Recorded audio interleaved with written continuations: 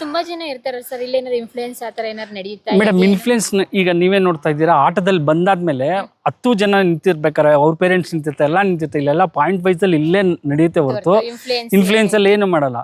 ಈಗ ಕರ್ಕೊಂಡೋಗಿ ನಾನು ಏನೇನು ಬಿಟ್ರು ಅವ್ರು ಪರ್ಫಾರ್ಮೆನ್ಸ್ ಮಾಡ್ಲಿಲ್ಲ ಅಂದ್ರೆ ವಾಪಸ್ ಕಳಿಸ್ತಾರೆ. ಫೀಲ್ಡ್ ಅಲ್ಲಿ ಅವರೇ ಇರಬೇಕು. ನಾನು ಹೋಗಿ ಆಡೋಕ್ಕಾಗಲ್ಲ, ಬೇರೆಯವರು ಯಾರು ಬಂದು ಆಡೋಕ್ಕಾಗಲ್ಲ, ಕೋಚ್ ಆಡೋಕ್ಕಾಗಲ್ಲ, ಇನ್ಸ್ಟೆಡ್ ಆಫ್ ಪ್ಲೇಯರ್ ಇವರೇ ಆಡಬೇಕು.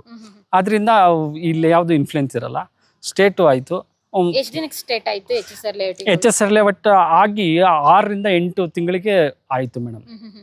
ಸ್ಟೇಟ್ಗೆ ಆಯಿತು ಭಾಳ ಮೇಡಮ್. ಇವಳ್ದು ಒಂದು ಏನಂದ್ರೆ ಅದಕ್ಕೋಸ್ಕರ ಇವಳು ಓಪನ್ ಸ್ಕೂಲಲ್ಲಿ ಅಷ್ಟು ಚೆನ್ನಾಗಿ ಇದು ಮಾಡಿ SLC ಅಲ್ಲಿ 72% ಮೇಡಮ್ ವಿತೌಟ್ ಸ್ಕೂಲು.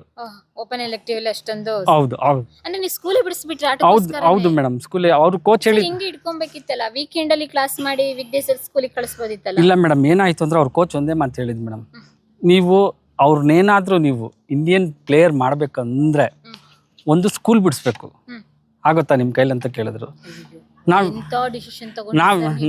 ನಾವು ಹೇಳಿದ್ವಿ ಸರ್ ಅದು ಸಾಧ್ಯನಾ ಸರ್ ಅಂತ. ಅದು ನಿಮ್ಮ ಕೈಲಿರೋದು. ಯಾಕೆಂದರೆ ಅವ್ರಿಗೆ ಮಕ್ಕಳಿಗೆ ಪ್ರೆಷರ್ ಕೊಟ್ಬಿಟ್ಟು ನೀನು ಸ್ಕೂಲು ಮತ್ತು ಇದನ್ನ ಆಟನ ಎರಡೂ ಮಾಡಿ ಅಂತ ಹೇಳಿದ್ರೆ ಅದು ಎರಡೂ ಮೀಡಿಯಮ್ ಆಗಿ ಹೋಗುತ್ತೆ.